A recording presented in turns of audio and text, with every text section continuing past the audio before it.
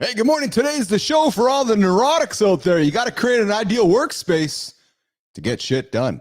The path to motivation. Today, Mornings in the Lab with Keith and friends coming up right now.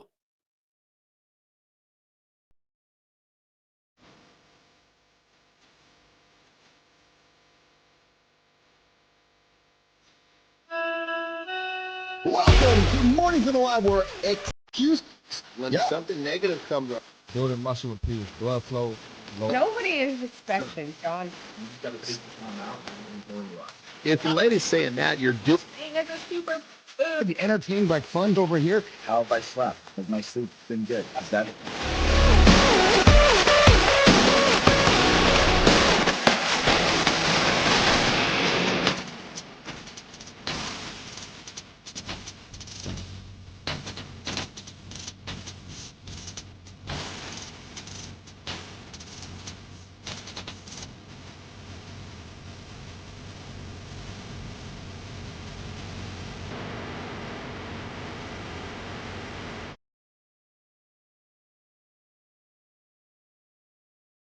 Loop is back. Yes, it is, baby. I'm your host. I'm Keith Billis. Over there, you got John Andersen. Over there, you got C Marty Fit. Behind the buttons, you got producer Jimmy. And over there in the community, wandering around aimlessly, saying hi to everybody with all the enthusiasm, was a good little worker. We got Walter Thomas getting after it out there as well. We got Melissa deep behind the scenes, making sure the content looks and sounds good. And hey, just a heads up and a warning, everybody, this show has content that might make kids wonder what kind of questions they're asking their parents today. So if you don't want to do any sex education today, I would invite you to walk the children out of the room, or I'd invite you to say, hey, children, you're going to learn a few things today. Good morning, Obscure Ninja. Thanks for joining me. Mornings in the Lab with Keith and friends. Big show today. We're talking create your ideal surroundings, the path to motivation. Oh, yeah, baby.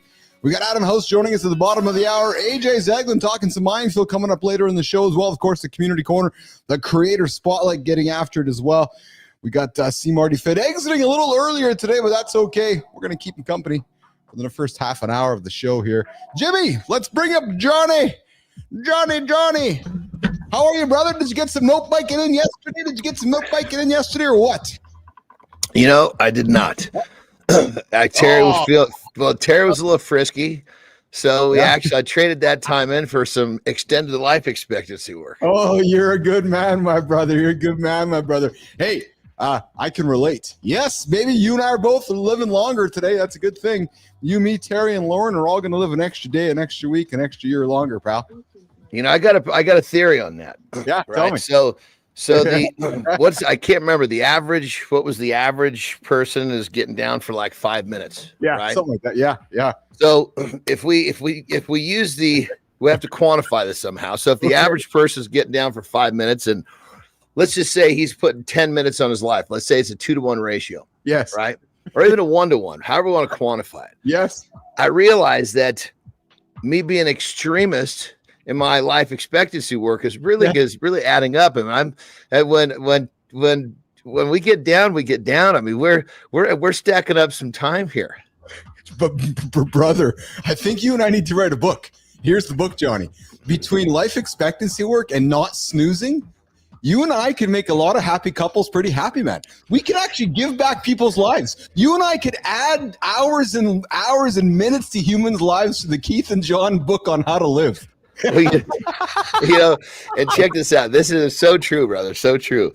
And this is how the roots of it goes, right? So I think I told you at some point, my blood DNA dad, dad talked to me a lot about sex when I was younger. You know, It was really important. That was one of the topic of most of our deeper conversations. We'd have many. And so he's always explaining that, look, you got to learn to stay in there because the female takes longer. So when I was younger, I used to literally watch the clock. Okay, it's 10:01. Let's see how long I can take this baby. Well, you know, just like anything else you quantify, dude, I got to the point where it was it wasn't even about me anymore. It was about how long can I make this motherfucker go and how many times can I make her go? So I've got the distance deal. Like when Terry and I get down when she's feeling frisky, I pretty much guarantee you I'm going to have a meal alarm go off in the middle of it. And I'll stop to eat and then we'll continue. That's what happened yesterday. Oh, brother, I love you. Good morning, Amy Reiner. Good to have you here on the show this morning. Johnny, Amy's jumping into the show tomorrow. We're going to talk people judging humans tomorrow, and Amy's going to jump into tomorrow's conversation. Johnny, since we kicked the show off talking sex today. Real quick, I just want to say that's great. Amy was great. I look forward to seeing you, Amy. Yeah, Amy's going to hang with us tomorrow for a little bit. Johnny, so something popped up on my news feed here today. Just kind of came out of the blue, but America's most Googled sex questions are revealed, and Johnny, the number one is the most concerning. And believe me, I looked at it too. I couldn't believe number one either, but we're gonna have some fun with this today, pal. I got 10 of them here. I just know you're going to express yourself when I tell you number one, especially how this whole thing is started. The number 10, we'll go throughout the show here today. The 10th most Googled sex question in 2020. What is it Yeah, so here we go. So this is the most Googled sex question so far, I guess, in 2024, which is number 10, Johnny. What causes pain during sex in females? 8,700 monthly Google searches for that one. Number 9 was I had sex. So that's the topic. Now we're going to go into 10 things that cause pain. Yeah, okay. No. So the question was, what are the most Googled sex questions that Americans have? And number 10 was what causes pain during sex in females. Oh, okay. Yeah, number 9 is, and these are all monthly Google searches. Number 9, Johnny, was I had sex and I got my period. Can I still be pregnant? What's up, Marty? What's up, man? Hey, man, we're going through. So we kicked the show off. We just kind of fell into this topic of sex as we like to have in the show, and just ironically enough, today I got a news alert to come in and said here was the top 10 questions Americans were asking, Marty. Well, I was say North Americans were asking. Not Canadians. Yeah, well, the Canadians too. I'm thinking. Well, real quick, we don't have the answers to these, do we? We're just posing the questions. Yeah. So these are just these are monthly Google searches. So somebody's sitting down. So let's all have fun with giving what we think the answer will be. And I think on the first one, Marty, was what causes females the most pain during sex. My answer is there's not enough of it. That's number 10. Number 9, I had sex and I got my period. Can I still be pregnant? Can you please? That's a good question. People ask that question. Yeah, that's number 9. I think when you have your period, I remember a couple times especially when I was younger, the chick's a couple days late and you're shitting in your pants and she has her period. It's like the fucking weight of the world comes off your shoulders. So I always assumed once she started bleeding, I was off the hook. Right now, Amy Reiner's rolling her eyes. She's like, "What the hell are these boys talking about?" Marty, we got Amy joining the show tomorrow. We're talking judging humans tomorrow. So I had a post yesterday, and Amy's like, "Oh yeah, I want to jump into that conversation." I'm like, "All right." So we're gonna have Amy in the show tomorrow, and I'm gonna reveal some shit myself here as well. Rick, I see there in the comments there. Rick, number 8, boys, how to last longer during sex. I feel like Johnny might Empty the clip, man. Empty the clip, man. I gave that fucking tip away probably the 3rd day on the show. You got to warm up, man. The first 3 minutes are rough, and once you get past there, you're good. That's right. Exactly. You got to warm up. Number 7. Why am I bleeding after sex? Hold on, just boys. I got to pause. Gentlemen, ladies, if you're having pain during sex and you're bleeding during sex, maybe we should just pause and have a conversation with the couple and go see the doctor, or just kind of pause, because if you're having pain and you're bleeding, it's because you know why? It's because she likes digging. She likes her guts to get dug out. That's what it is. Yeah, maybe it was digging the guts. There's a lot of chicks will tell you what do they like? They like digging the guts. Digging the guts, you're gonna have a little seepage. Maybe it was push and pull day. Maybe it was push and pull day. That's it. You guys, I'm the good ones. This one, that was such a Mr. Rogers. Did you hear that, Marty? You guys, yeah, Keith, toughen up. You don't know who Mr. Rogers is, Marty. Fuck, I'm sorry, brother. I know who Mr. Rogers is. I know who Mr. Rogers is. Did you hear that, Mr. Rogers? He was like, he was taking you guys. Yeah. Keith actually has a lot of Mr. Rogers moments. I know. I'm starting to see him now. When we get going, Keith, come on, man. I'm just the kind Canadian, boys. I'm just the kind Canadian. Number 6 on the most Googled searches. for folks in America, North America, around sex is, can you have sex while pregnant? Obviously, the answer is yes. Johnny, of course. That's fucking silly. Yeah. Here's where they get really crazy and interesting, man. So 16,000 monthly Google searches a month ask this one question. Boys, what is oral sex? Yeah. Man. Yeah, exactly. They probably heard y'all talking about it on the show. They probably heard you say that. That's exactly, Marty. Yeah. And number Google it. It just makes you realize, holy Toledo, is there that little communication going on about sex now? Oh, Johnny, wait till you get to number one, man. I'm glad you're sitting when I drop number one, because you're going to just blow it right, man. Number 4 on monthly Google searches for questions North Americans are asking about sex. What is sex? Yeah. Yeah, that's so that 18,000 monthly Google searches. So basically, boys, in the world of searchers, 18,000 people in North America a month typing in what is sex, right? Number 3, 20,000. Well, hold on, but just on that, what is sex? Yeah, in this new generation, there's fucking texting sex. There's fucking phone sex. There's fucking video. There's got to be 6 or 8 different titles for sex. When we were coming up, I don't ever think you even heard of phone sex. It was sex. There was one fucking definition. Yes. Yes. And I learned about it in Cherry, Hustler, Flint, Penthouse, and Playboy. That's where I learned my sex education. We had a couple of hustlers we had a tennis ball can, and we had a couple of hustlers rolled up in there, and we had it stashed in the woods. Oh, all the fucking neighborhood kids, you might show up there looking for some ass, and you might find 4 or 5 other kids were already into it. Yes, Marty, I grew up in an era where I'd go to my buddies' houses after hockey. That's crazy. And you go into the dad's bathrooms. Oh, sure enough, every dad's bathroom had a Hustler or a Penthouse or a Playboy. So you go to the bathroom, you're like, yeah, I want to go to Roger's house. Mom and Dad, I want to go sleep over at Roger's house. Oh, why do you want to sleep over at Roger's house all the time? Keith, why are you spending all the time in Roger's dad's bathroom? Oh, no. Dad, because you don't have any fucking hustlers in the bathroom, Dad. That's why. True story. You should have told your dad to step it up, man. Come on, Dad. What's going on?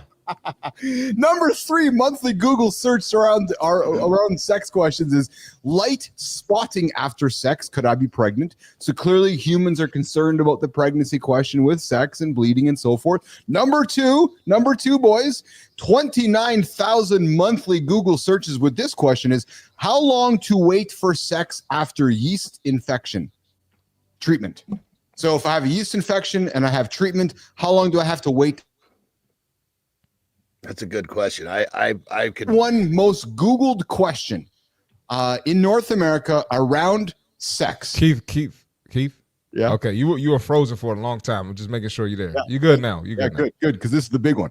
So here's the number 1 question that North Americans are asking around most Googled sex questions, and the number 1 question is, oh my God, I can't believe I'm gonna actually say this one out loud publicly. I gotta get the button ready. Number 1 most Googled questions in America for sex is how to have sex.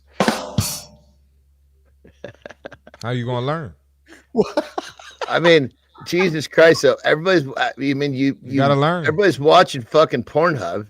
I mean, granted, it might not be the proper, the way that you want your kids to learn. But I mean, if you want a demonstrational video, then there's plenty of different versions to look at. How do you not know?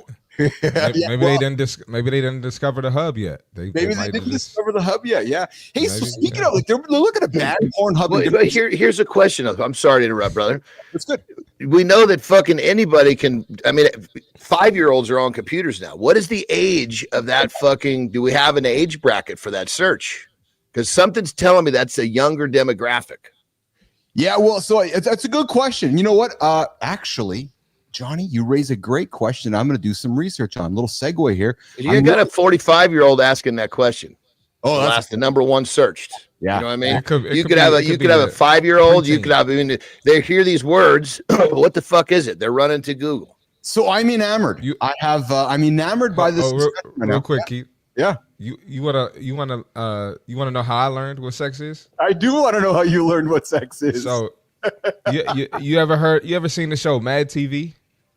when Alfred E. Newman. Of course I did. Yes. yeah. Yeah. So there was, I don't know why I was watching Mad TV. I was young as shit. I was young as fuck. So there's this skit where the doctor was telling the guy, I guess they thought the lady had a problem with getting pregnant, but it was actually the guy. And they were like, "Sir, you just have bad sperm." And so that's the doctor. The doctor kept saying, "I'm like, what the fuck is this?" So I had to go ask. Yeah. So that's how I learned. But if Google was popular back then, I could have easily, Googled that. That's why I brought it up. So I think maybe kids hear it, and that's what make them do it. So when I was growing up, I asked my parents, and my mom's like, "Well, the stork brought you." I looked at my mom quizzically, and I'm like, "But mom, who fucked the stork?" You did not say that to your mom. You did not say that to your mom. No, you didn't. No, you did not. No way. There's no way you said that to your mom. Yeah, I agree with that. I agree with that one. I didn't say it to my mom. No, but boys, here's what I'm going to do, though. On behalf of all the curious souls on this show and on behalf of my curious brain, here's a good segue. So last night, xAI released Grok 3, apparently the smartest AI bot on the planet.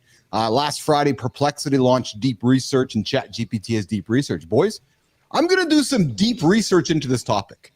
The deep research, going to go deep into the annals of the internet. Yes, the annals of the internet, searching deeply, Marty, around these sex questions that humans are curiously asking, especially why are they asking what is and how to do sex? So there you go, Marty. That's what I'm coming up with the next few days, man. So we're going to come back to this topic. I'm going to do some deep research, not deep cheeks, deep research, Marty. Yeah. All right. All right. Yeah, I'll be back. Jimmy, let's do the accountability check-in, brother. Oh, man. Guys, an unexpected start to the day. Hey, listen, the morning loop is about being unpredictable. This was an unpredictable start to the morning. I had a whole list of things to talk about. Didn't get there. True story. Yeah, because this one thing came up, and the way that Keith and Johnny started it, that's where it went. But listen, boys, here's what I learned about setting yourself up for success. Your habits, your mindset, the people you spend time with, your environment, they're either going to push you forward or hold you back. Yep, true story. There's no neutral. The routine you stick to every morning, it compounds. You hear us talk about it all the time. The one person who challenges you to level up, they shape you. The daily scroll through mindless content, it's costing you more than time. Listen, progress isn't about one big move. No, baby. It's a series of tiny, unnoticed choices that stack up over time. So listen, here's a simple way to see what's really helping you grow. Ask this about everything in your life. Does this make me better? The way you spend your mornings, how you organize your workspace, the content you consume, the voices you listen to, the habits on autopilot, everything, boys. If the answer is no, you know what to do. Yeah, you heard what I said. If the answer is no, you know what to do. You have to get organized. You got to get rid of the people in your life that are holding you back, because every decision you make is going to compound for the one tomorrow. There's your accountability check-in, guys. Something simple to get you on with your day today. All right, Jimmy, let's keep it rolling, brother. I know I got that one done fast today. Yeah, that was a good one. Just a quick and dirty accountability check-in. Today we're talking really all about, building a creative space to get stuff done. And it's creating those ideal surroundings. Hey, Johnny, curious to you, man. We're talking ideal surroundings today. When you owned your gym and the space you live in right now, you strike me as a man who needs to have an organized space. You don't strike me as somebody that when you sit down, if there's chaos happening in the environment, there's chaos happening in your mind. Am I correct, Johnny? Chaos doesn't exist in my life. I know. Yes. Period. End of story. Terry makes the joke, I'm an organizer, not a cleaner. I can deal with shit being dirty, like yes, the floor not being swept. Yes, as long as everything's in its place. Yes. Good morning, Jesse Freeman. Good morning. Mornings alive with Keith. Friends, you got myself, John and Marty here, the only morning show for men to help you get your ass out of bed, not hit the snooze button, hit those big, audacious, accountable goals. Marty, you strike me as somebody as well that if you have a messy space, you're not being very productive. Am I correct with that assumption? Like, do things have to go in their space? I do have organization. Every now and then it turns into mess. Yeah. But I know where everything is. And my mess is like, I didn't fold clothes. You know, Okay. it's like Yeah. It's not, but I'm very organized myself. So I put the keys and wallet in the same place every day. Yeah, so we're gonna get into that today. I know I got a little bit here. I'm gonna drop here in a few minutes because I know myself. Let me just interject real quick on that, brother. I'm sorry to interrupt you again, Keith.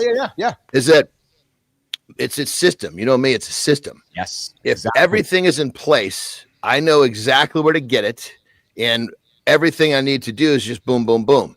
If something's not in its place and I have to find it, it starts a ripple effect of wasted time. And meaning, okay, well, I got to spend 5 minutes to find this. Yep. Now that 5 minutes, it parlays into something else being pressed for time. As everything for me is nice and tightly scheduled, and I have to have.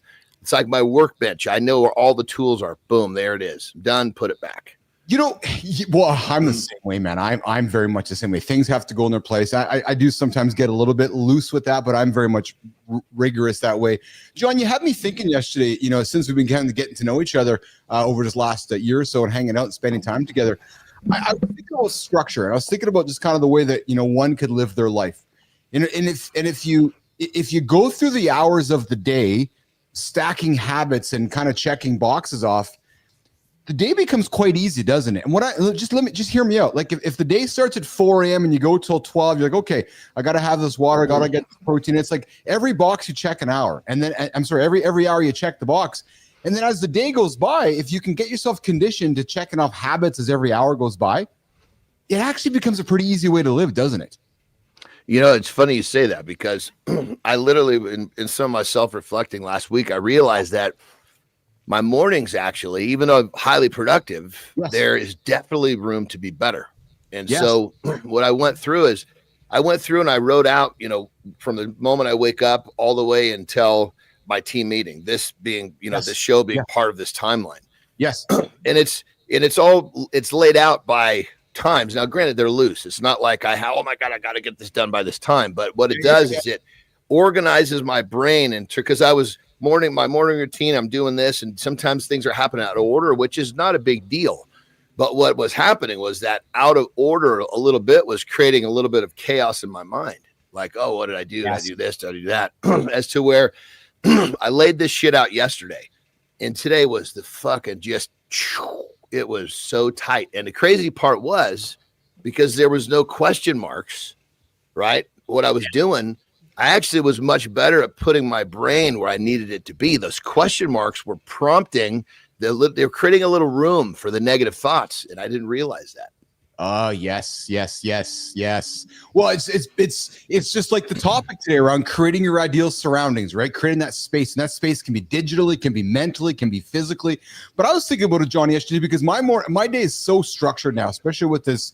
We have this every 24-hour commitment, and you can't get away from it. It's like, okay, every single day at 8 o'clock Eastern time, it happens, right, Marty? It's like, okay, it's coming up again, right? So I know from like 4 a.m. until noon what happens, and then I know from noon till 4. And Johnny, I got to think, I think of you two boys between the hours of 3 and 5. Because that's when my belly starts to get hungry, and that's when I make or potentially can make bad decisions. So what I've been doing is getting ahead of that and going, okay, have my protein ready, have my snacks ready, because I know that my routine is like, okay, 3 o'clock, 5 o'clock, if I don't get some food inside of me, if I don't hit something, I'm going sideways. And it's just habit stacking, right? I'm sharing it with folks because it's just things that we learn along the way, right? 100%, you know, and keep in mind when your body sends you a hunger signal like that, right? Yeah. And you don't listen to it, it says, well, fuck, I guess he's not going to feed me. So I need to change modes. Next time this son of a bitch feeds me, I'm going to put some of that on my ass.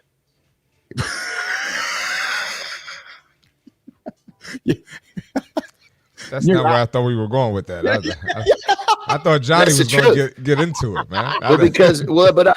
That's on a basic level. That's what people miss is the fact that when you put your body in the wrong mode, its main concern is to store. It doesn't want to burn. It doesn't want to use that for energy because you fucking put it into the wrong. It's like someone that's responding versus reacting. When he's reactive, it's a whole different fucking play. And so you make your body start to react from being hungry too long. It says, okay, motherfucker, I'll play this game, but next time you eat, I'm going to put that shit on my tits. That's it. Yeah. Good morning. Good time. I see you down there. Well, it's really as simple as this, right? Because your body is saying, oh, so if you're going to starve me, motherfucker, I got to play defense now. I'm going to take the food you're giving me and I'm going to store it inside of me until you feed me again, you stupid bastard. So you got to prove to me that you're not going to put me back into a starvation situation before I continue to use this for fuel like you want me to. There you go. Well, that's a good way to look at it. Let's have some fun for a few minutes around this topic, boys. I found something here, which I know you both are going to lean into. We'll have some fun in.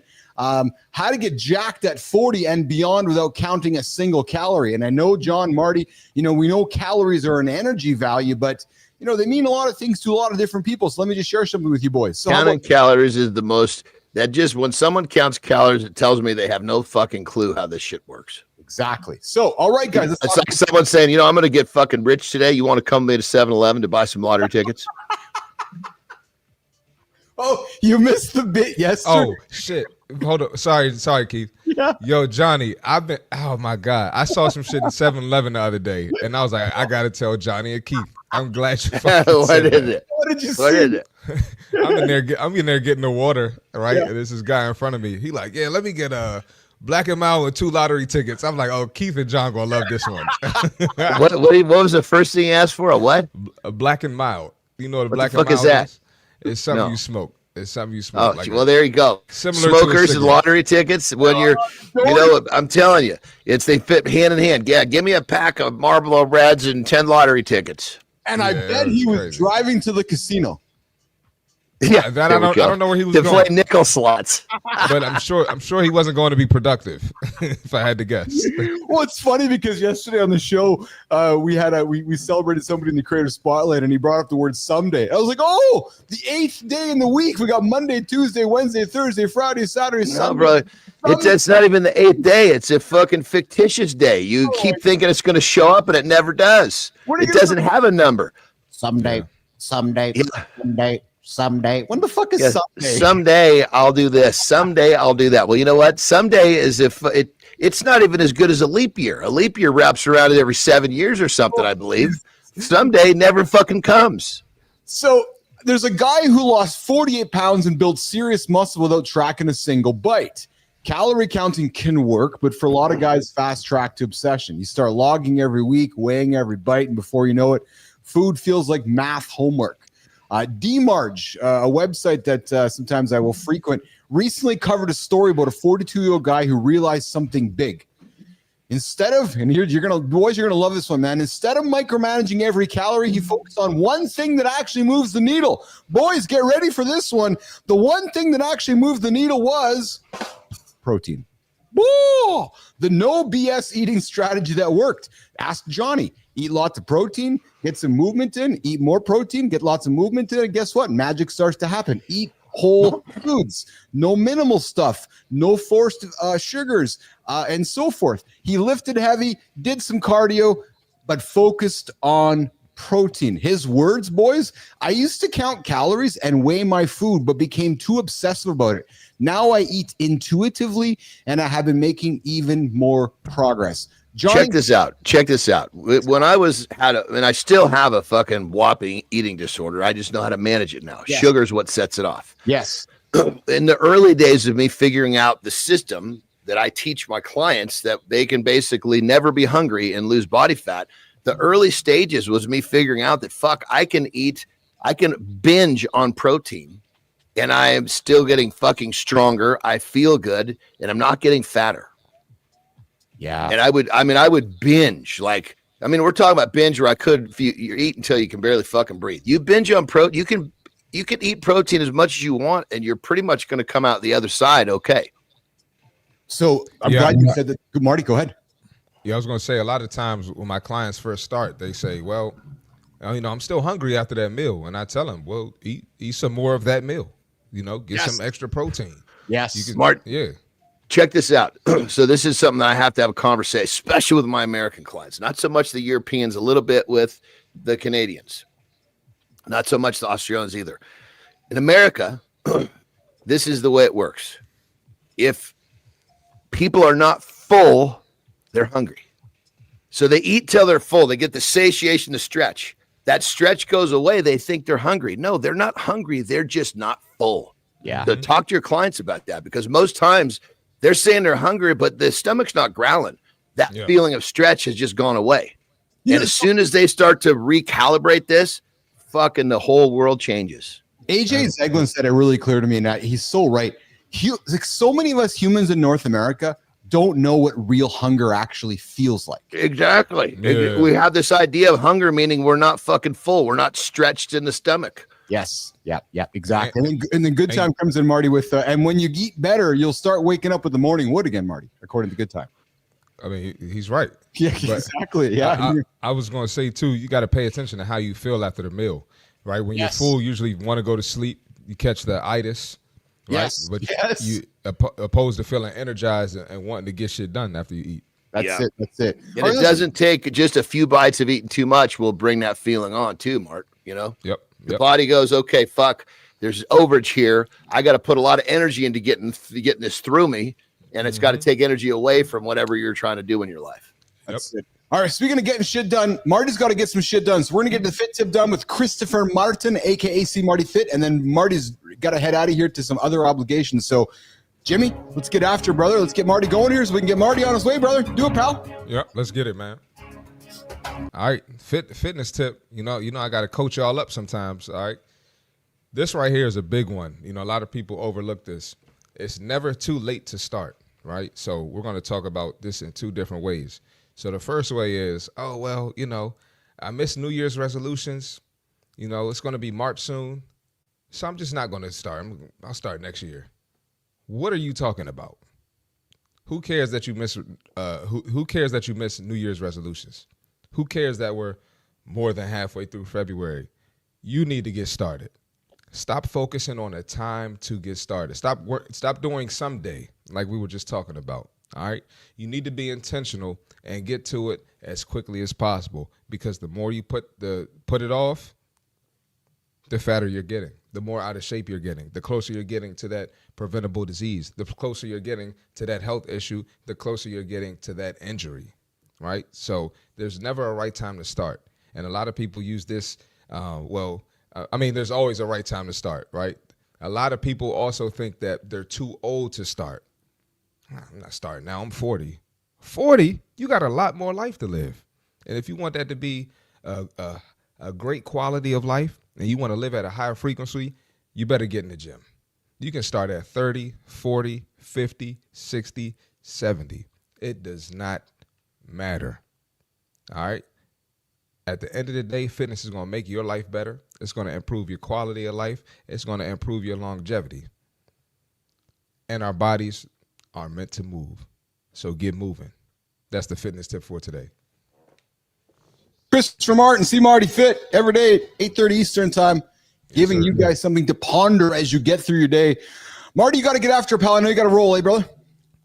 Yeah, got to roll today, unfortunately, man. You got to roll today. You got some obligations. So Marty's going to get out of here. We're going to replace Christopher Martin with Mr. Adam House. What's going on, What's Adam? up, House? What up, House? Hey, there we go. I was hoping you weren't going to leave before I could say what's up. So if I look happy, it's because I'm not in Michigan right now. I am in Florida. And There we go. It looks a little sunnier there, mister. Yeah, feeling great. You don't realize the impact the sun has on you. Oh, brother. In dark winters. I mean, Here goes Johnny. You know, brother, you don't have to shovel sunshine. yeah, That's right. exactly. That's right. That's right. Well, this is really good, Adam, because I didn't know you were there when we lined up for today's show, and today's topic was creating your ideal your ideal surroundings, a path to a motivational space. And dude, you're in, you wake up, there's sun, there's warm air. It's hard not to be motivated when you're in that kind of environment, isn't it? Like, really? Yeah, I mean, listen, and I'm staying at my parents' place, and I warned my mom when I log on to this radio show, I only do this out of the kindness of my heart. I don't hang out with guys like this. Okay? Oh, okay. All right. Look, Mom's going to slap you guys. She had to bar of soap out, clean up the language. I'm thinking, Johnny, House's parents were paying attention to the start of the show, Marty. They were the ones Googling all those questions. Real I gotta say, when I was in high school, that's what all my buddies' fucking parents said about me. Yeah. Yeah, and real quick before I go, my mom was watching the show last week. She's like, I want to see what you're doing every morning. Yeah. I said, well, you better be ready because you don't know what you're going to hear. So, And most of it ain't for me. See, those on the fucking West Coast that actually get up fucking early for this shit. Ain't nobody awake over here. Yeah. Right. What was mom's response, Marty? Was she happy with what you're doing? Or she's like, what the hell are you doing, man? She had a lot of questions, but we'll talk about that, man. I got to get off of here, man. I'll see y'all, man. Take care, brother. Take care. All right. Take care. Have a good loop, brother. Adam, let's get into a conversation about creating ideal surroundings. And it's one thing to be in a nice, warm environment, but you've exited a number of companies, you've been in a number of companies, and discussion today around having an organized space, making sure things are where they are. It's like a shed or a garage, right? Making sure the tools are put away. Are you a kind of guy where everything's got to be in the right space for you to be productive, Adam? Only the things that are important to me. So like there could be a mess over there, but like I do have to have like my space, and it's simple: coffee, water, notepad, computer, nothing else around me. Oh, brother, listen, the cleaning lady is not allowed to fucking touch my desk because she moves shit and doesn't put it back in the right spot. I told her, I said, we got one more fucking morning. If you can't do it right, don't fucking do it at all. So she can't even touch my desk. That motherfucker is like a cockpit. I know where everything is. Are you like this in the house? Like I can't find anything. It's like I'm a guest in my own house. I had a buddy visit. Like, you hit it on the head. The shit that's important to me, I know where it is. Otherwise, honey, Yeah. Adam, you've led tons of different teams. You've built businesses. Besides creating a space for productivity, what's one mistake that you see leaders make when they're trying to motivate somebody? Besides giving them a comfortable space, that ideal space, what's the mistake that leaders make when they're trying to motivate folks? You got to let them fail. You got to follow our simple framework, right? You have the strategy. Where a lot of leaders miss out is that innovation stage. They don't have an environment for growth, an environment for creativity. So we consistently talk about testing, failing, learning, and growing. Well, they got to fail, and it's your job as the leader to help them learn. Sometimes that's through coaching. Sometimes it's letting them figure it out on their own. But you have to go through that process. That's the growth. And it's tough for leaders because we want to win. We want, but it's kind of lose the battle, win the war, right? When you let someone, test and fail and learn on their own. Johnny, I was just going to say, as I'm building this year, I'm building out some teams in my business, as we expand.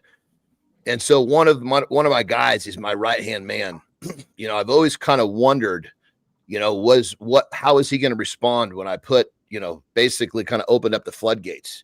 Yeah. And so I opened it up, let him start doing his thing. And he started making some mistakes. And my initial reaction was to fucking jump in there and micromanage. I'm like, nope, let him fucking do this. And because I let him do this, I let him spill it.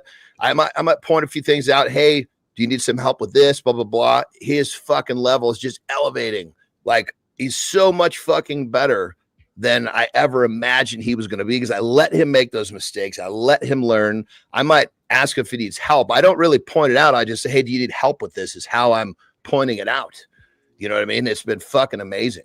So I got a question for both of you boys then, because you've both been leaders for a long time. You've led teams for a long time. Adam, question for you, first of all, which has been, what's the biggest shift that you've made in your own personal leadership style that got your team to care more about their work? How have you adapted, Adam, as you've aged as a leader?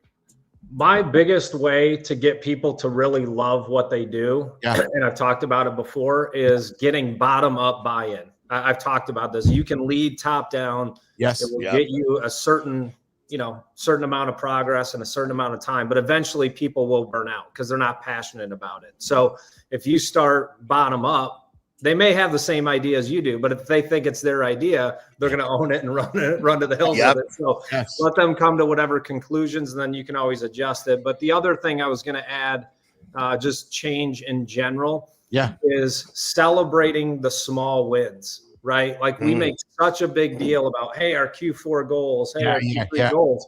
But the biggest change for me in life is the small wins, the compound effect every day. Success is not an epiphany. It doesn't happen overnight. It's consistently doing the same things every day for a long period of time. That's how you get the impact. Well, another thing too on that level, when going on what you're saying, it's so much fucking easier, when you're basically leading with questions like, hey, what do you think about this? Let them say what okay, that sounds great. what do you think about a little tweak like this? Then they put their stamp on that too. So you're just versus just having to fucking, manage everything front to back. It even burns us out doing that, Hey, John, when you look at yourself, Johnny, as a leader, what would be one thing you would say to young John Andersen as the leader that you've learned in the last 10, 20 years of your life? Like, so if you had to go back to 20, 25-year-old Johnny, how are you teaching yourself to be that leader back then? If I had to say, if I had one piece of advice to give myself at 25, yes, I would say dive into the fear deeper. Oh, really? Yeah, for sure. For sure. I mean, I've been a fucking risk taker my whole life. And most people look at me and go, fuck, this guy is he's fearless. A lot of people that know me well. Yes. But I could have gone so much fucking deeper. Oh, interesting. Well, I believe this is a Teddy Roosevelt quote, but, courage isn't the absence of fear. It's taking action in spite of it. Something like that. I don't have it handy, but, we're all afraid. We're designed to be afraid. It's a, protection mechanism, but it's the ability to take action in spite of the fear. So then, Adam, go here with me. You talk about allowing your team to manage up and encouraging a team to manage up. But often in my experience, some folks might be scared to manage up, scared that their boss or their leader is not going to like how they are trying to manage up. How do you encourage the team to say, no, I expect, I empower you to manage up, hold me as the boss accountable, Adam? Yeah, only if you listen. Because be careful. When you tell them that and you don't listen, you're in a worse spot. But it's called, there's a book, I think, Managing Your Manager. And this is part of some of the coaching that I do with me. If it's not the CEO, a high level executive or a CEO with an advisory board, you have to manage your manager, manage the message. So it's a learned skill, and it requires coaching and advisory because you're too in the weeds to do it correctly oftentimes, Well, and I think John's advice kind of leans well into what you've said, Adam, which is, as the leader, you don't necessarily need to be right. You want the solution to be right. Like John always says, I don't need to be right at all, frankly. I just want the solution to be right. Isn't that, you got a cliche like that, Johnny, where you're like, I'm not all about being right. I don't need to be right. I just want to get what I want. Right. Right. So that's a huge distinction. There's a lot of wisdom in that. That is the quote of the day. I'll be fucking wrong all day as I'm fucking getting what I want. I mean, and many times I've played that card on purpose because I realize, when I point out, fuck, I was wrong and this worked, it supercharges the guy that fucking proved me wrong. Yeah. And if what he's doing is helping me, perfect. I'm wrong every fucking day. Let's go. Yeah. That's a learned skill. It took me a long time to get there. And that was a big one for me too, brother. Once the light bulb went off, I was like, fuck, I've really been shortchanging myself here. What do you mean, Adam? And it took some time for you to get there. Like, talk to me about that a little bit. Well, because it requires patience. Yes. Too, because it may not work. They may think about it a different way. You may get there, but not in the way you wanted to. So I'm very direct. I'm very decisive. Yes. And so it's taken me, and I'm learning it today. Yes. How to be okay with being wrong, but still get what you want. Yeah. Because I want to win every battle too. I want to win, every battle every war. But brother, what I do on that is so for me, being wrong is losing a battle. But if I can lose it's almost like I'm almost forfeiting battles so that I can win the war. Yeah. Yeah. Because there's many battles inside the war. You know what I mean? Adam, what have you used in your experience? There's business leaders leaning in right now to this conversation. What can a leader or manager do when a team member isn't engaged? Like they're tuning you out. Are you then tuning them out, doing performance reviews, or how are you managing that human who's starting to tune you out? I would seek to understand why. Yeah. And then I would fire them. I'm okay with that answer because because people don't fire fast enough. I know. I agree with you. Yes. Let me help you with your recommendation. That is so fucking true. I mean, I can't tell you how that was. I had it as I was expanding. There was 2 people that I let go inside of a 4-hour period. Why, Johnny? What was happening which made those decisions for you? because what, in the interview, what they said they could do, they clearly didn't fucking understand what they said they understood. And I pointed it out, and they said, oh, okay, I got it. They were just really fucking good at convincing me they could, but they couldn't. Yeah. And I wasn't bringing on someone I was intending to train. I was bringing on someone I was bringing in a gunslinger, Oh yeah.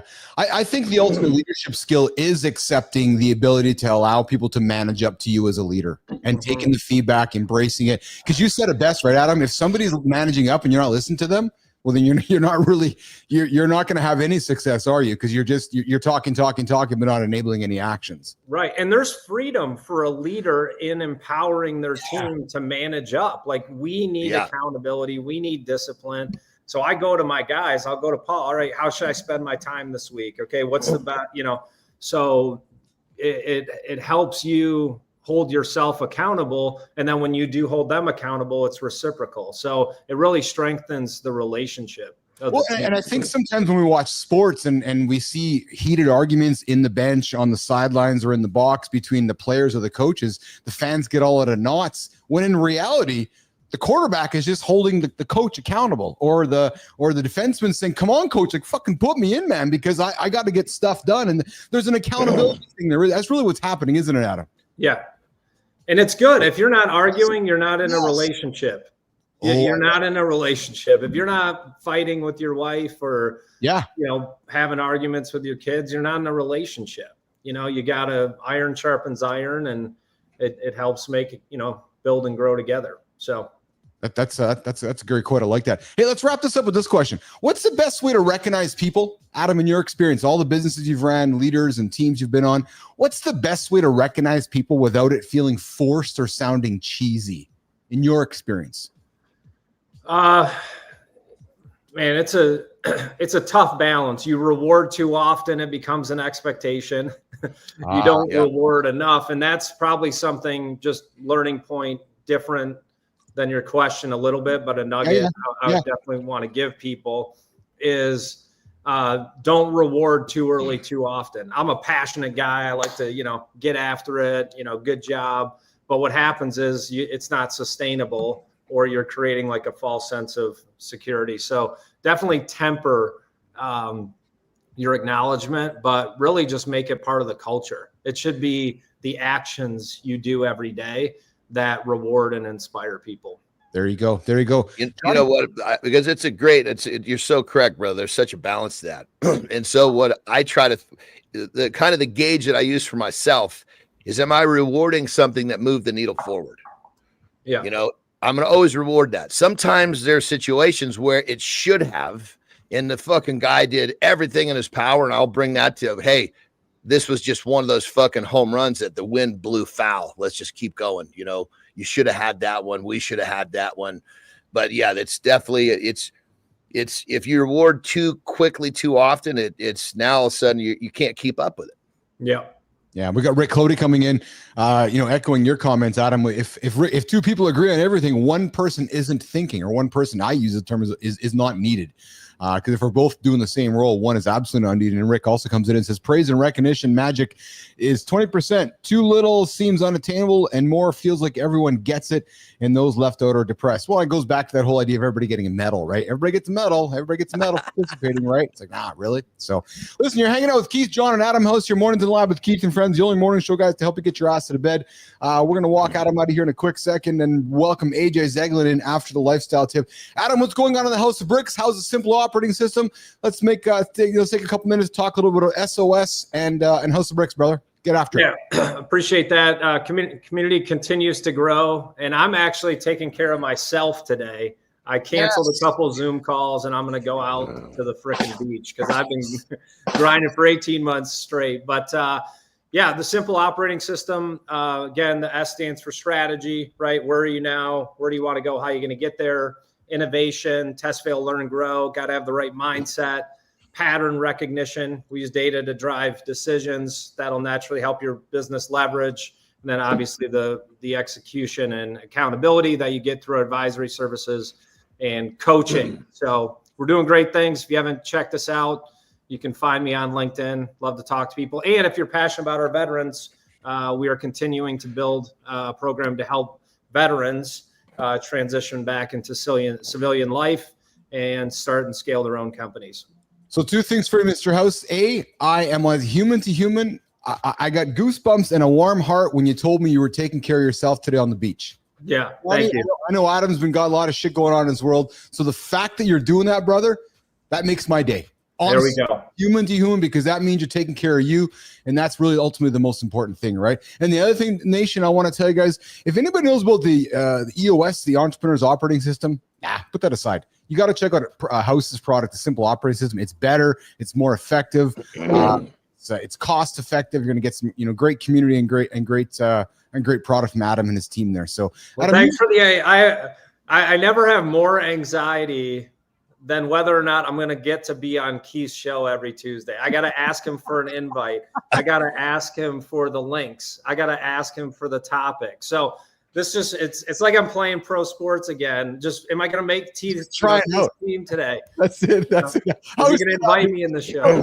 Hey, Johnny, we're going to have Adam back next Tuesday, and he's going to be red as a lobster because he spent the whole week on the beach. I won't do a week. It'll be a day at best. Yeah. Well, Adam, one of the things that I do, I don't want to know. He tried to give me the topic. I get that shit out of here, man. You just bring that. You just throw what you got at me. I'll knock it down. So just take that out of your equation. You're quick on your feet, brother.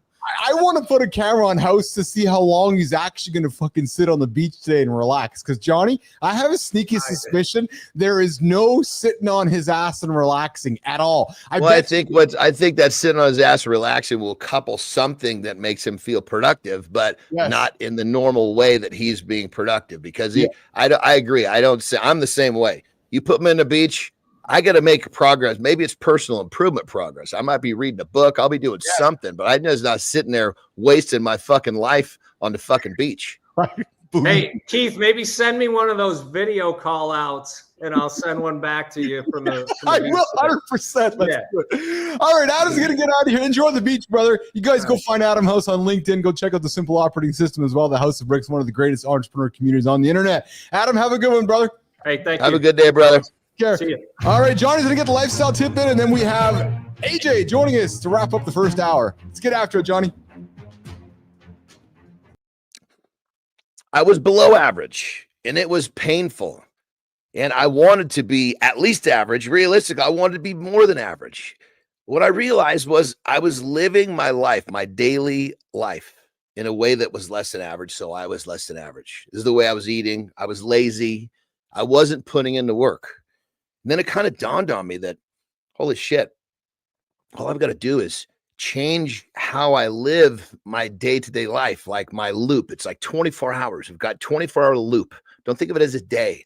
What things do I need to remove that are keeping me less than average? And what do I need to put in to be average or better than average? And that's what I did. So if you feel like you're average, you feel like you want to make a change, don't look any further than how you're living your day-to-day life. What are you doing in the 24-hour loop that's keeping you there? Because all you've got to do is understand the few things that are holding you back, remove those, and then put a few things in that are going to propel you forward. And you'll watch yourself go from, if you're like me, less than average to average, from average to above average, and it just keeps on going. The great thing about this is that people in general now have become so complacent, they don't even realize that they're average or less than average. So it doesn't take much to get ahead of the pack. So if you're like me and you want a little more, just ask yourself a question. How are you living your life on a day-to-day basis? Make that change and go get what you want. Rock and roll. John Andersen, lifestyle tip. Do you want to be average or above average? That's the question you have to ask yourself. Okay, average is easy. You get up and just get after. You can be average. Takes a little bit of work to be above average. Speaking of being above average, you got AJ Zeglen joining us here today. What's up, bro? What's up, AJ? There's plenty of average people in the world, man. We don't need any more. We do not ignore them. True that. That's exactly it. Let's stay here on average this morning. AJ, we're talking, today's big conversation in the lab here is all about creating workspaces, work environments that are productive, that help us achieve stuff, and not necessarily the physical space, but the mental space. Create your ideal surroundings, a path to motivation. Some people need digital spaces organized, physical spaces organized. Hey, just talk about your career as a mental health performance coach, and guys coming in and talking to you. Is this a thing? Are guys coming in going, AJ, I need to get myself sorted out. I need to be organized. And are you talking to gentlemen about organizing their lives? And is this something, AJ, that guys come talk to you about? Yeah, absolutely. And sometimes it's even something that they might have not realized when they first came in. And then through conversation and through discussion, they realize that they got to go back to kind of square one, get themselves organized first, and then now they're in the proper space to move forward, right? So stay there. What does that mean? Like I like you lead in. You're like, get yourself organized first, because that means that definition is different to so many people. Right. So I guess it would, like, part of it would be relevant to what you're trying to accomplish, right? But oftentimes, people will choose a goal that's very, very big, something they want to accomplish, and then they'll go out. So like, okay, Keith, I'm gonna change the world in this type of way, right? Yeah. And I'm gonna tell you that I'm gonna change the world this type of way.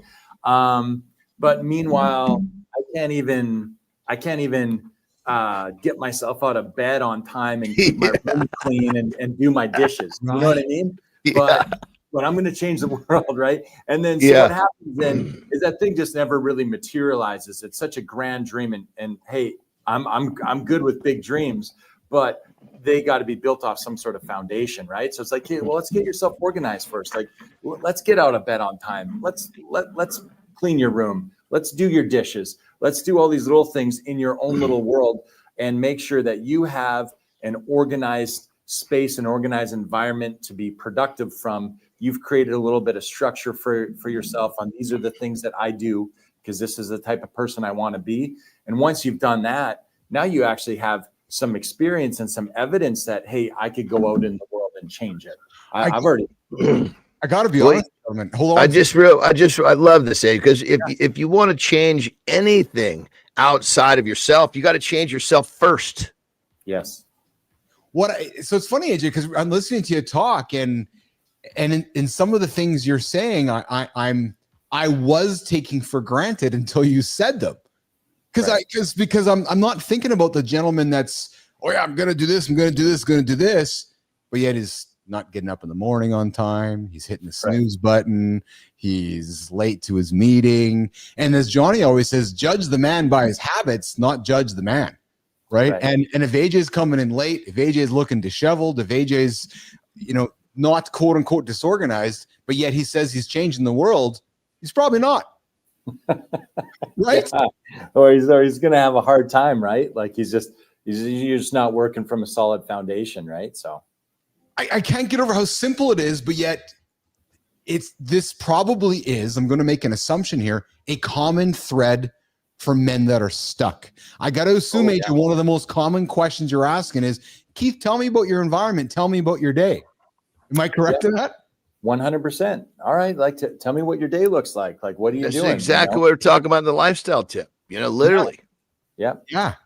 Absolutely. Yeah. And that's where you kind of start. And then you get a kind of a better sense, right, of just where that person is working from, where they're starting from. And make no mistake, there's no shame in it. There's nothing to feel bad about. There's nothing to feel. I respect that people are out there and they have dreams and goals that they want to run down and chase. So, it's not something to make you feel bad and be like, oh, you'll never accomplish that. It's too big. It's like, no, it's big. That's great. But let's just make sure that we set you up so you are working from a place that has the highest probability of a positive outcome, right? Like let's get you there and get you going. I fully believe that you can do whatever you want to do, right? But let's just take you back to square one and make sure we're working from a good place. We have that great foundation to build from, and let's aim. We talked about this the other day. There's that saying, like, aim lower, right? Yes. And that's not a knock on people. That's not a negative. It's just like, let's just see the next step and take that next little step. And before you know it, we'll get there. But can you both be so forceful with somebody, with a client? So I'm gonna look at both of you guys. Put me as your customer. Could you both be so forceful for me, which is, guys, but I hit the snooze button and fuck, I don't really have myself organized with my food. Like, as I keep sharing those excuses with you, do you get to a point, AJ, where you're like, listen, Billis, you got to get your fucking ass out of bed. You're not going to, you talk, but if you keep hitting the snooze button, you ain't achieving it. Like, does there become a come to Jesus kind of reality sometimes in these situations, AJ and Johnny, with somebody? Because you can't dance around the hard truths.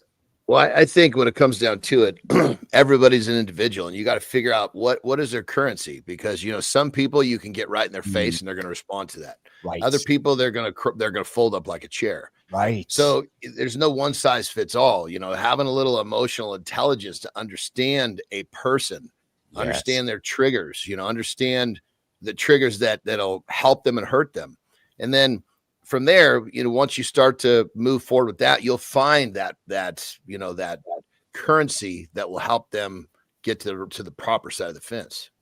AJ?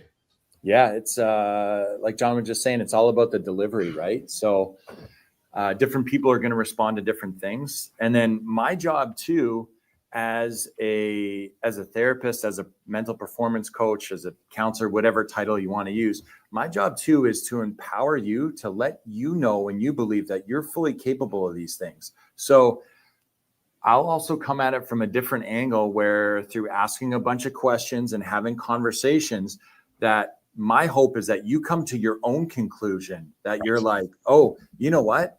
Maybe I got to kind of fucking get out of bed in the morning and get to work. Like maybe I got to do these things. Maybe I got to organize myself. Maybe I should just, organize, like I'm trying to get work done in this really cluttered area. Like maybe I should kind of straighten up a little bit, and maybe I should get myself some routines going. And if I can get you, to that spot where you have that own realization yourself, well, now when you make that change, man, you got all the power in the world. Your world's your oyster. Wait, because you made it yourself. You've done it yourself, man, because it doesn't matter. Like it doesn't matter. I don't need to be right. I don't need to tell you what to do. Right. What I believe in you. I believe that you can do it. Yes. I believe that you can figure out what's right.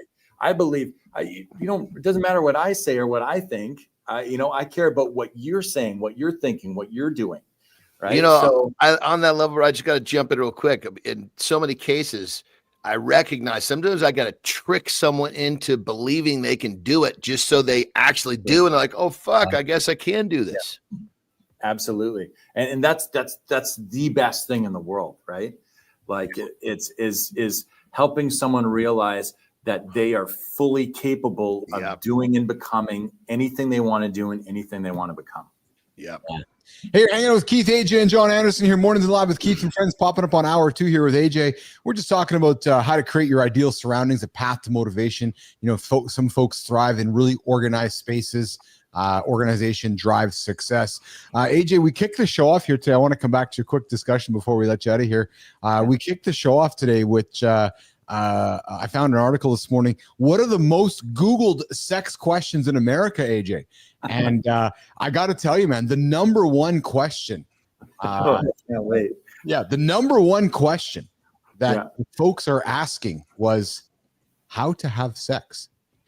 But we're still in question on the age of this study, because that, to me, that doesn't sound like a 45-year-old. That sounds more like a 5-year-old.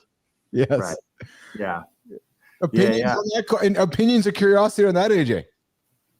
Yeah, I mean, I guess what we were just talking about with the conversations there, right? I guess it's on the delivery, right? So it's the same. There's a bunch of different ways to do it, right? So it's about figuring out what the partner responds to and how to deliver that in a way that they're going to receive that and be interested, right? I guess. And what's the definition of perhaps sex in somebody's point of view too, right? I mean, that's interesting, because I think there's a lot of things out there floating around on the internet. There's, of what constitutes, there's the whole shaking the bed, soaking thing, and like how that's a not, lot of confusing shit out there. Yeah. Well, so and I didn't have time to throw this on the table. We talked about this a number of weeks back, but just after Valentine's Day, another search term that has gone through the roof is vorophobia. AJ, what the hell is that? Do you know what that is, AJ? Which is I do not know. Yeah, people what want is it? to consume other people. So not cannibalism, but consuming others, and we'll get into what is that. How do you consume them without eating them? Well, I don't know. I didn't have time to dig too far into it, but yeah, there's this vorophoria, which is this idea of consuming humans whole. It can't be like a physical thing. It's got to be like some sort of more spiritual or emotional. We're gonna do some research into vorophoria in that when I do some AI deep research later today. So, AJ, what's going on the agenda today, brother? Swallowing souls or something like that. Yeah. Yeah. Hey, I've said that before. I'm going to eat your soul. I've said that before. Yeah. What are you doing to stay warm in this cold province we live in, Mr. Zeglen? Man, I'm just sticking on my regular schedule. I'm riding out this last week. I have faith in the weatherman that it's going to hit plus temperatures next week. It's been an absolute killer here. So, all right. Is it a cheek day? Is it a cheek day, brother? It is a cheek day, deep cheek day. Yeah. Let's go, baby. Yeah. Let's go. Hey, is it still snowing in Maryland or what? What? That's not me. I'm not over in that fucking place. I'm in California, brother. It doesn't snow here. Yeah, Marty had some job obligations to go to, which is why he's not here this morning. But I thought maybe they're still dealing with snow, not knowing how to handle it. He had to split a little early. Forgive me. He's carrying a shovel and digging people out there in Maryland. So, all right, AJ. Well, good to have you here in the lab this morning. John's going to go for a restroom break. AJ's going to get out of here. I'm going to reset for the second half hour here of the show here, and we'll keep the show rolling. AJ, I appreciate you, brother. Yeah, thanks, guys. I always appreciate it. All right, a lot of fun. Good to see you, AJ. Thank you.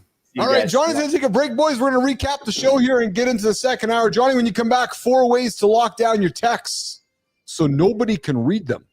That's it.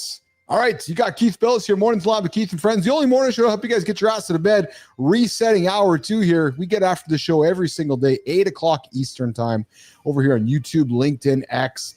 Conversations for men and women. You're not going to find anywhere else. You know, we've created the show over the last year here. We take all types of conversations, and we're going to get into one here very shortly about 4 ways to lock down your texts, and we can read them. But we kicked off the show earlier today talking about the most Googled. What was the topic was most Googled sex questions are revealed, and the number one is most concerning. We're going to pop that up on our feed a little bit later today. We need to do some research into who the folks were you were asking.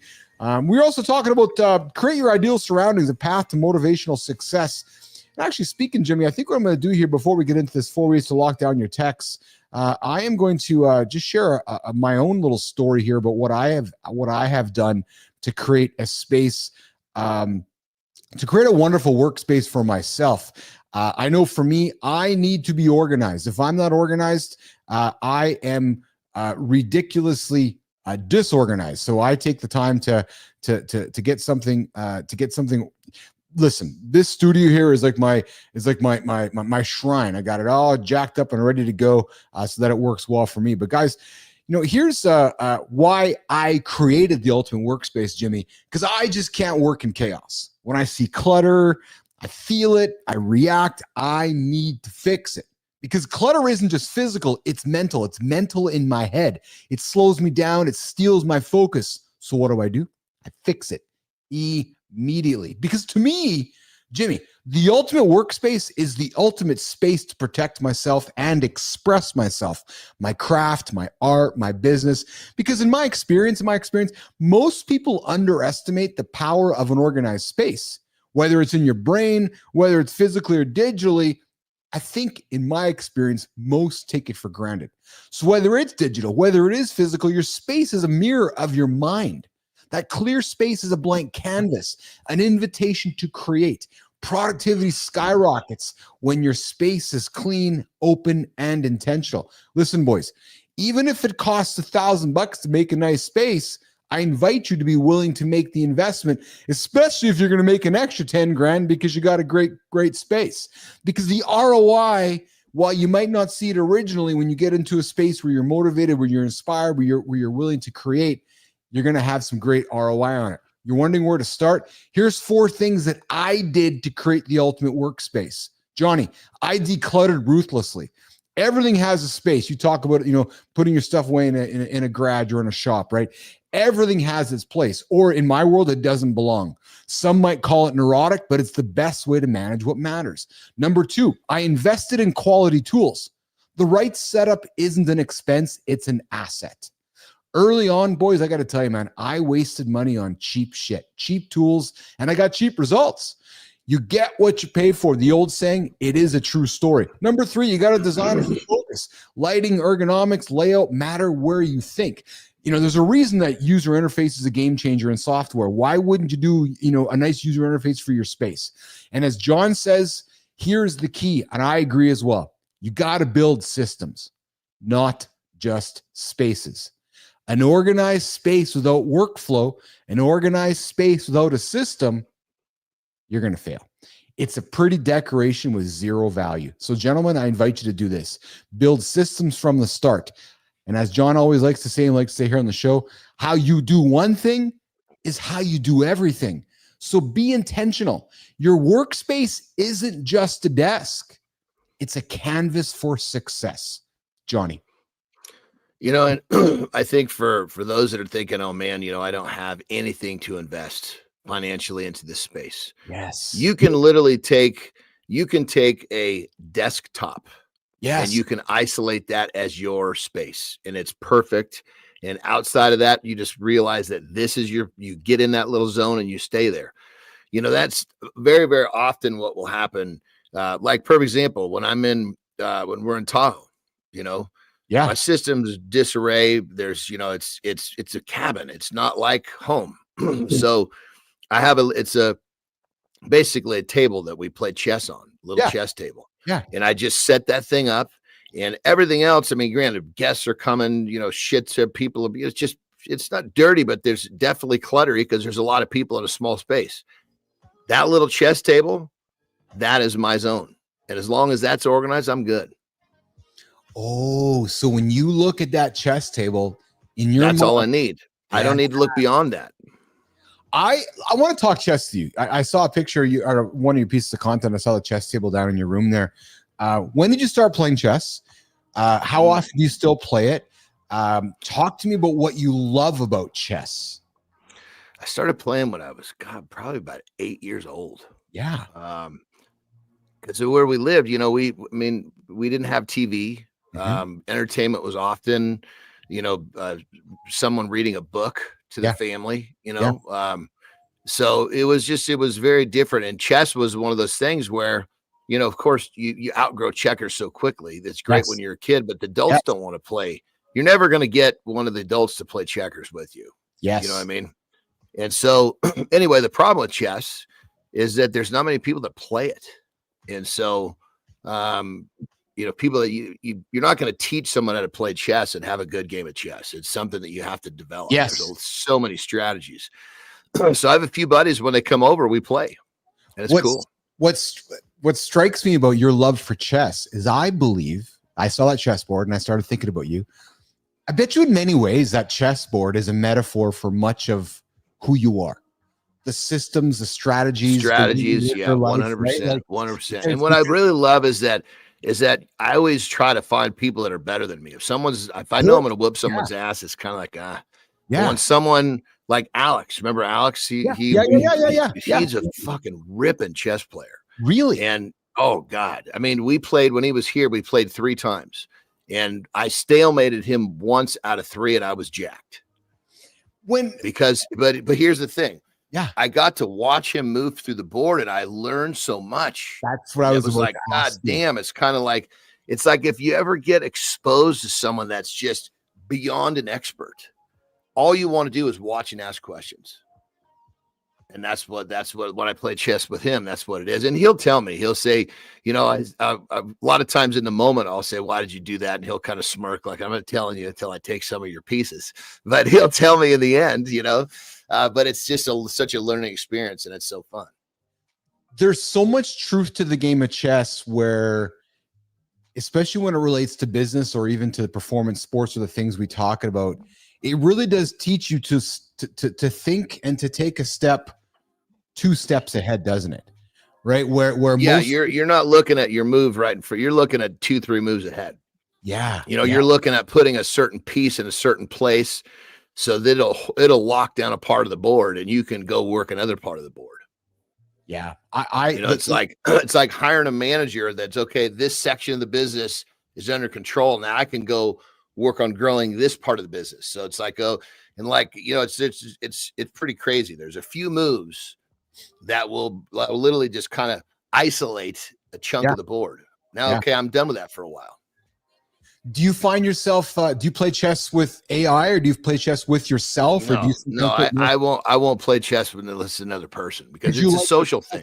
Yes. Okay. Yeah. It's a social thing. It's like, you know, when I was, you know, fucking up, so to speak, and I was drinking and doing all that, I was never doing it by myself. Fuck. Of course. Yeah. Jesus Christ. Yeah.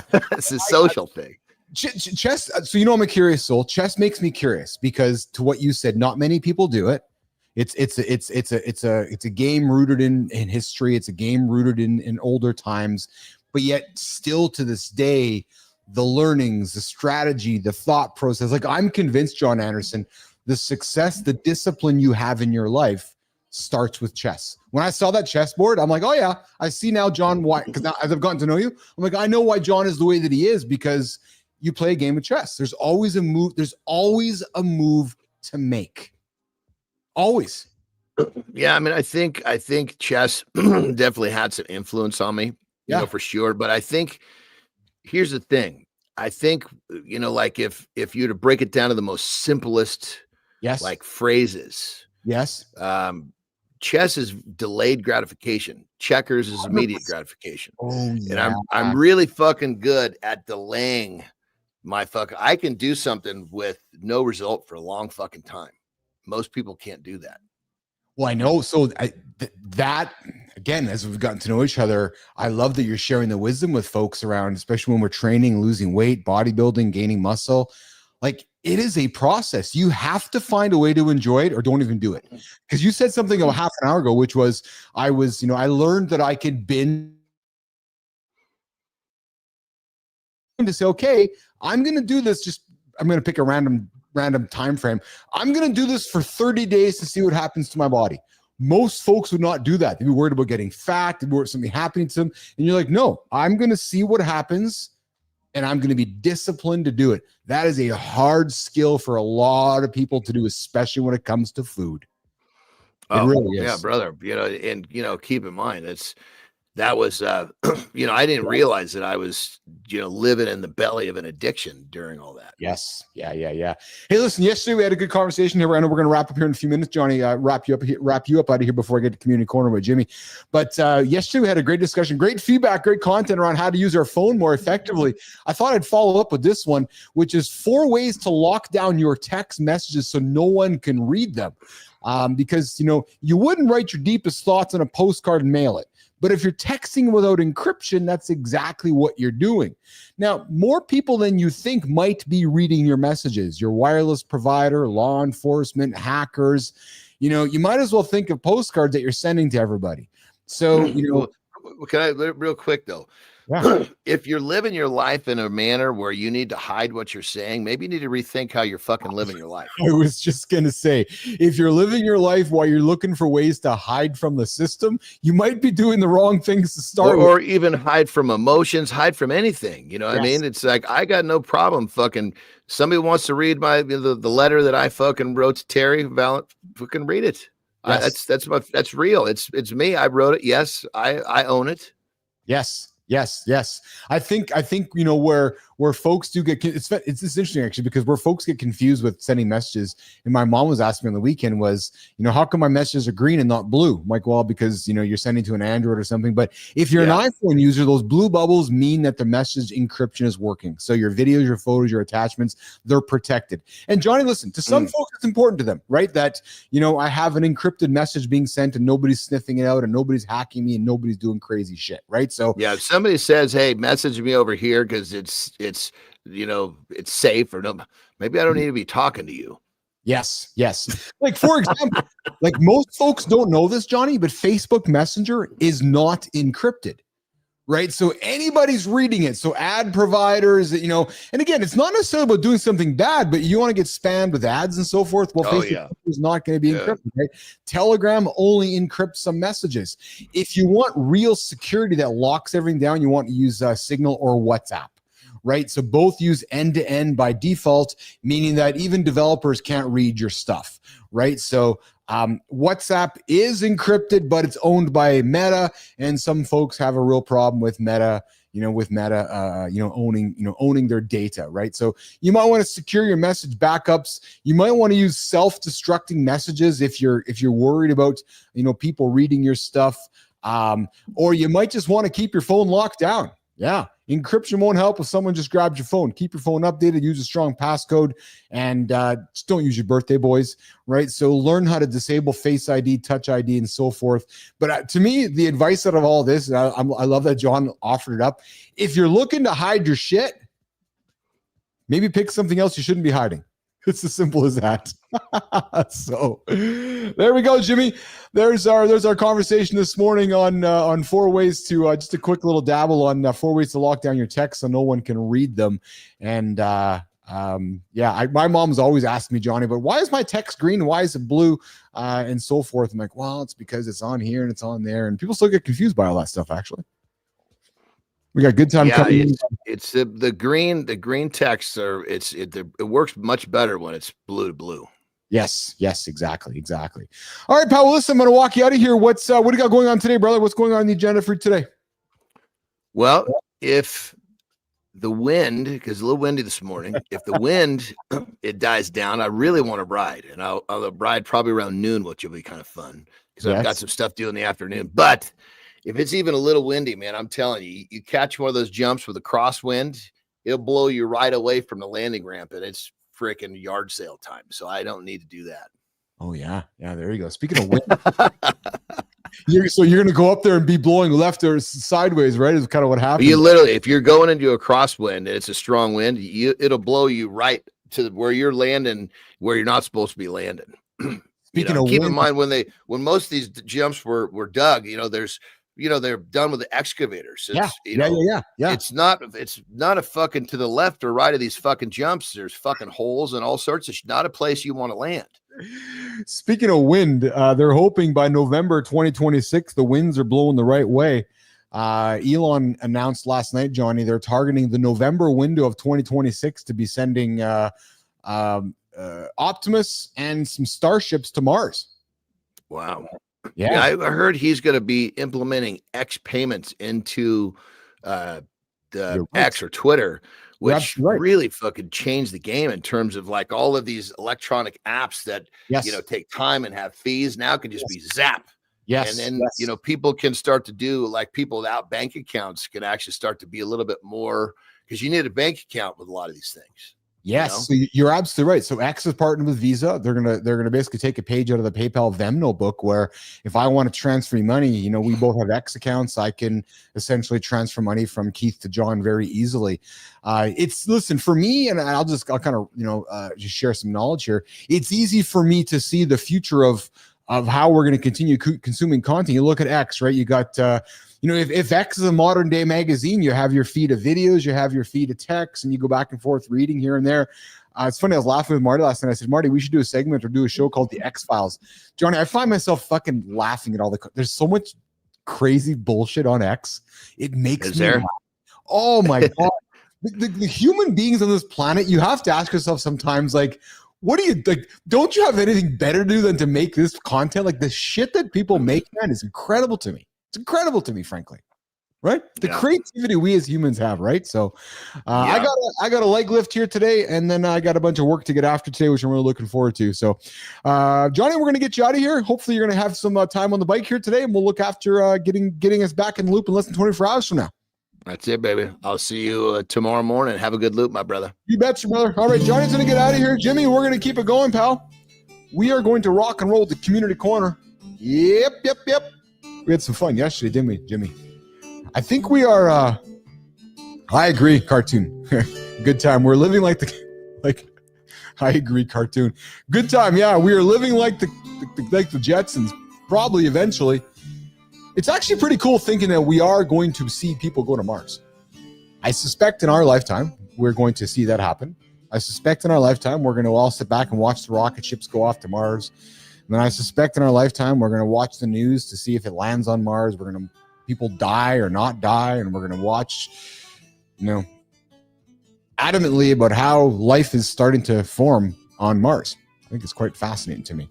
But all right, listen, boys, here's the part of the show where we get to the community corner, the creator spotlight. We take a human doing some great work. In today's conversation, we're starting on LinkedIn. Yesterday, Keith and Jimmy got a little confused. We were starting a conversation with our creator spotlight. We're celebrating some folks here today on LinkedIn, and we're going to celebrate some folks over on Substack. Hey, speaking of Substack, I invite you to go follow our Substack, inside.bapl.ai, bapl.ai. Free subscription. We do have some content. We are moving in a paid direction. We have a product here called The Exchange, where you as a leader can own the conversation, create content, come sit down, have a conversation with myself. We'll create content for you and get it out on the interwebs. And that Exchange product is part of our subscription with Inside the Lab. You'll get behind the scenes knowledge. You're going to learn how we have built and are continuing to build the largest conversation for men. The strategies we're using, the tools that I'm using, the technologies that I'm using, the folks that we're using, how we're going about building this platform every single day. If you are a member of Inside the Lab, you'll get all that knowledge. Plus, we're going to make some content for you. Our first customer, our buddy Mike Smart, was in the lab last week, and we popped out some content for him, which he's now getting on the internets there from Mike from Bucket Buddies and Smart Farms here. So, all right, Jim, let's get after it, brother. Let's do this. Most people in marketing, they sound the same. They pitch the same recycled strategies. They use the same tired buzzwords. They promised game-changing results with campaigns that barely make a dent. And they do it all with the enthusiasm of a soggy paper towel.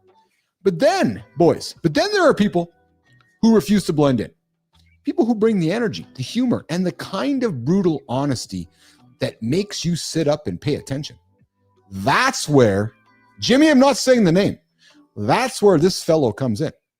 The first thing you should know, he doesn't do boring. No, true story. His LinkedIn feed is half marketing masterclass, half comedy roast. He'll drag bad sales pitches, roast terrible cold DMs, and call out the nonsense that wastes people's time and money. Second, this guy's got receipts. This guy's the mastermind behind search list patient acquisition, a completely different approach to healthcare marketing that puts medical practices directly in front of their ideal patients before they even start searching. No hoping, no waiting, no fighting over scraps on Google. Just real strategy that delivers real results, real patients. Jimmy, on behalf of Keith, Jimmy, Johnny, Marty, good time. We are going to celebrate this morning. Mornings on the Lab with Keith and friends. And Jimmy, I'll get to the rest of the script in a second. We are going to celebrate this fellow. Jimmy, it is who? Seth Turnoff. Yeah, baby. Seth, we're celebrating you here today, brother. So listen, Seth is the guy who is all about real strategy, delivering real patients. But here's the thing about Seth. He's not just the guy who gets results. What? Yeah, he's the kind of person you actually want to work with. No fluff, no ego, no gimmicks, just straight up value, an insane work ethic, and a commitment to helping healthcare providers grow without wasting a fortune on bad marketing. And the mustache, oh baby, that is elite, Seth. So if you are in healthcare and you're tired of paying for marketing, Dude, check out the guy's mustache. Check out that stash. Boys, the curls, the wax, the taking the time to make it right. This guy is rocking and rolling. So if you're in healthcare and you're tired of paying for marketing that does nothing, Seth's your guy. And if you just follow him for the weekly jerk store roasts, it's still worth it. Seth, I love your content, man. I love seeing you in my feed. And you now officially are invited to hear Mornings in the Lab with Keith and Friends, because we know, me and Jimmy know, we know, Seth, there's somebody in your orbit who's doing some great work. And you're like, yeah, I want to celebrate that guy. Or that girl. Or that human. Who knows? The Martian. Hey, we're going to Mars in 2026. Yeah. Not someday, Jimmy. That was yesterday's conversation. Seth, come on the show, man. Come join us. Come celebrate somebody. Morning to the Lab with Keith and Friends for the Creator Spotlight. All right, Jimmy. All right. So we're done with Seth. Now, we are going to celebrate our next person. And you're going, well, why are we celebrating two? Well, I'll tell you why. Because we are passionately continue to grow our platform over on Substack. And so why Substack, guys? Why Substack? We own the audience. So let me explain. When we go to LinkedIn, X, well, they all own the audience, right? But on Substack, you get your email address. We have the ability to communicate with you. So if LinkedIn goes down, X goes down, YouTube goes down, I still have a direct relationship with you. So good time, you come subscribe to the newsletter. I have direct relationship with you. Anybody subscribing to our newsletter, we have a direct relationship, which is why we are encouraging you guys to go there. All right, moving our direction to our Substack creator today. Jimmy, the business world is drowning in leadership advice. No shit. Yeah, we even talk about it here on the show. Every week, a new book, a new framework, a new set of corporate buzzwords promising to unlock potential and drive engagement. Yeah. But when you strip away the fluff, that real leadership, you guys, isn't about catchy acronyms or a bulletproof strategy. It's about how you show up when things are hard, when the path is unclear, and when the pressure, when the pressure is relentless. That's what this guy gets. He just doesn't study leadership. This guy lives it. For 16 years, this dude has been inside the rooms where decisions. Yeah, Jimmy, I'm struggling with the words today, man. For 16 years, this guy has been inside the rooms where decisions get made, interviewing over 2,000, not one, not two, 2,000 of the world's top leaders, including CEOs of global giants. He's not interested in theories that sound great on paper but fall apart in the real world. No, baby. He wants to know what actually works. And you know who this person is? Mornings in the Lab. Jimmy, let's get it prepared, buddy. Mornings in the Lab with Keith and Friends is excited to talk about, to show you, to introduce you to Jacob Morgan. Yes, Jacob. Jacob is not interested in theories that sound great on paper but fall apart in the real world. He wants to know what actually works. And what he's learned? You know what he's learned, Jimmy? It's not about power. No, good time. It's not about control. It's about mindset, adaptability, and a relentless commitment to growth. Through his best-selling books. Oh, baby, we got a best-selling author. We're all best-selling authors, Jacob. High-impact keynote talks and the future-ready leadership newsletter. Jacob shares real, actionable insights that help leaders navigate uncertainty, build trust, and create workspaces where people actually want to be. But here's what makes Jacob different. He's still learning. Yeah, baby. His newsletter on Substack isn't a monologue. It's a conversation. He shares his own challenges, his own lessons, his own moments of doubt.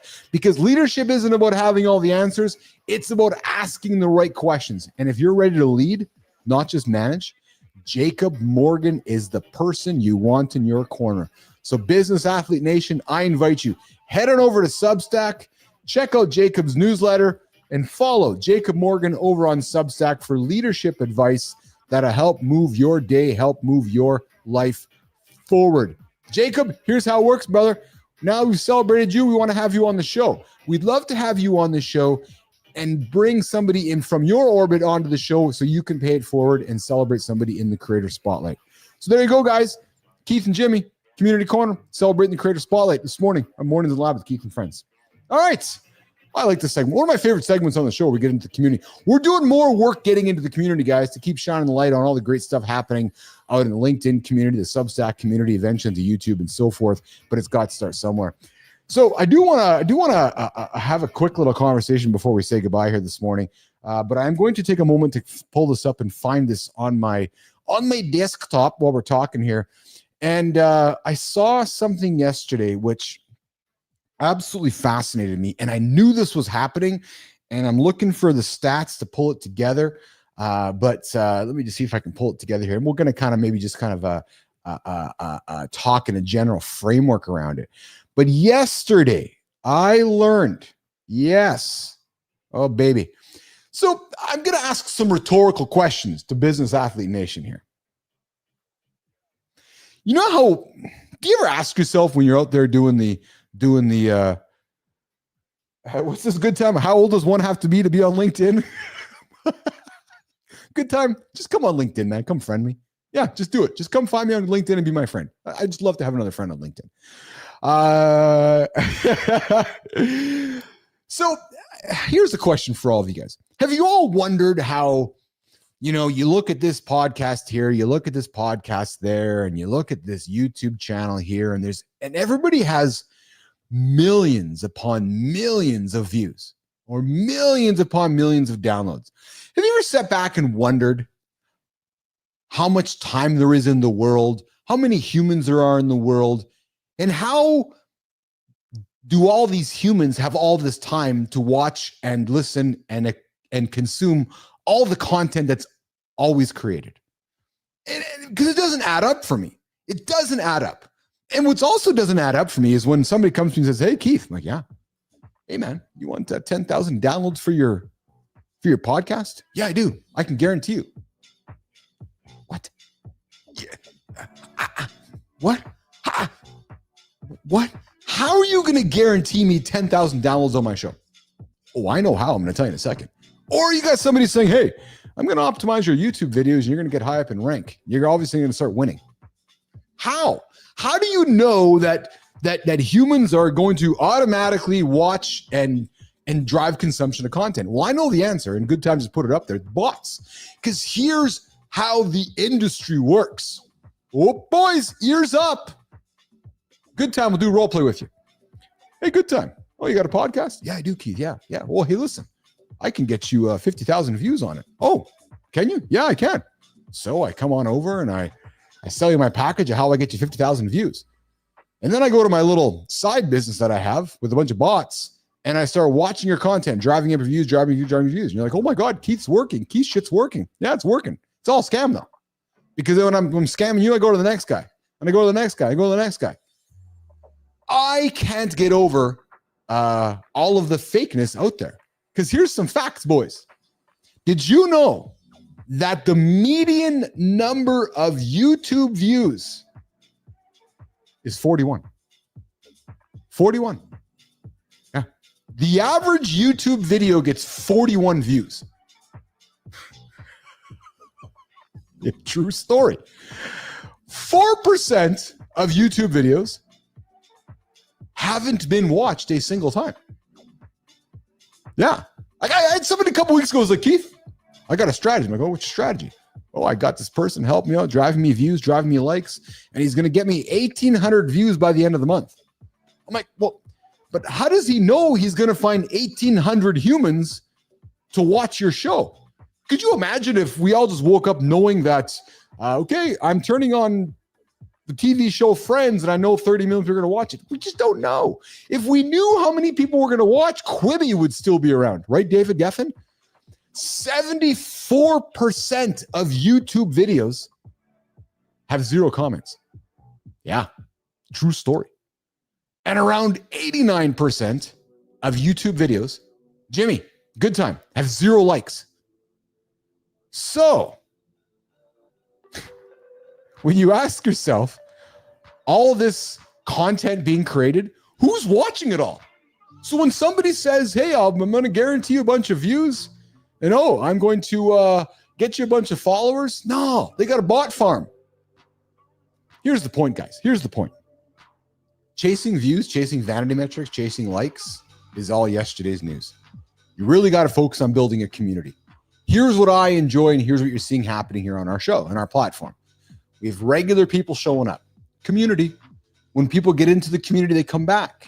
They engage. Good Time meets Amy. Listen, Amy was on the show a few weeks ago. She's met 3 or 4 different people on the show, off the show, because of the community happening here.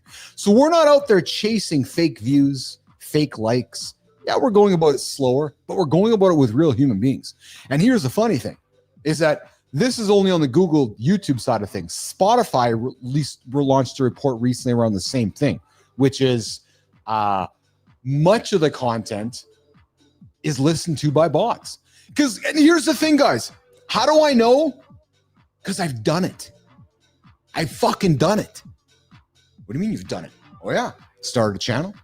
Somebody's like, hey, I'm going to go find it. Because how do you learn? You learn by doing. I started a channel. I went and found somebody. And all of a sudden I had thousands of followers. No watch time. Oh, but I did get watch time. How did I get watch time? I bought somebody to watch my videos. So I bought watch time, I bought viewers, and I'm scamming every motherfucker out there. It's true. It's happening. Look beneath the covers, guys. When the numbers seem too good to be true, they're probably too good to be true. So if somebody's guaranteeing you watch time, if somebody's guaranteeing you viewers, or if somebody's guaranteeing you likes, or somebody's guaranteeing you that they're going to optimize your channel and get you a bunch of success, probably a lie. Or probably a scam, because it's probably happening. Because here's what we know, right? What precipitates success? Data and results. So you hire Keith. Keith does your channel for you. Keith says to Jimmy, "Hey Jimmy, go put the bots on the channel." Jimmy puts the bots on the channel. Keith gives the report to the CMOs. CMO's like, "Oh hey, Keith's doing a great job. Yeah, I'm doing a great job." But here's what I also laugh too, right? So you bring high profile followers or high profile people to live situations and nobody shows up. Oh, yeah. Yeah. So could you imagine? I got 100,000 people following me. 3 people show up every single day. How much truth is there at Good Time? You're like, wait a minute. So yeah, I got 500 followers on this channel. Every single month, we have around, I saw the stats this morning, about 397 people that come back to our channel every single month. Not 3,000, not 10,000, not 1 million. But just under 400 real human beings come to the channel every single month. That's value to me. Not 400 real humans and 40,000 fake people not showing up. So don't get caught behind the vanity metrics, guys. Be smart. Ask yourself, and a lot of the content is shitty. So when you see somebody's podcast, you're like, yeah, I had 10,000 downloads. You're thinking, well, who the fuck listened to that? And how long did they listen to it?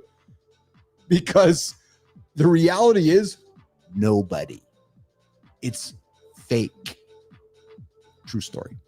There you go, Jimmy. Not a rant, just some facts. We're going to get more into this because I